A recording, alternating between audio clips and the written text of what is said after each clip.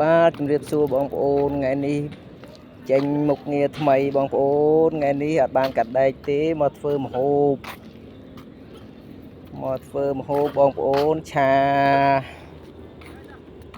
សាច់ជ្រូកជាមួយនឹងត្រកួនបងប្អូនបានឃើញជួយ share ជួយឲ្យមេដៃម្នាក់មួយផងបងប្អូនថ្ងៃនេះអត់បានកាត់ដែកទេចេញមុខម្ហូបម្ដងបងប្អូនបានឃើញហើយជួយ share ជួយឲ្យកម្លាំងចិត្តម្នាក់មួយផងបងប្អូនអរគុណច្រើនតែបងប្អូនដែលជួយកด like កด share ឲ្យខ្ញុំសូមឲ្យបងប្អូនរស់ស៊ីមានបានតិចតិជុំទាំងអស់គ្នា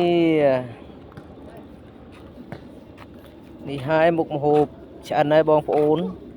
ឆាសាច់ជ្រូកជាមួយនឹងត្រកួនបងប្អូនឆ្អិនហើយបងប្អូនហេបាយនៅឆ្មានេះម៉ោង 9បានចេញមុខម្ហូបថ្មីសូមអរគុណដែលបងប្អូនជួយតាមដាន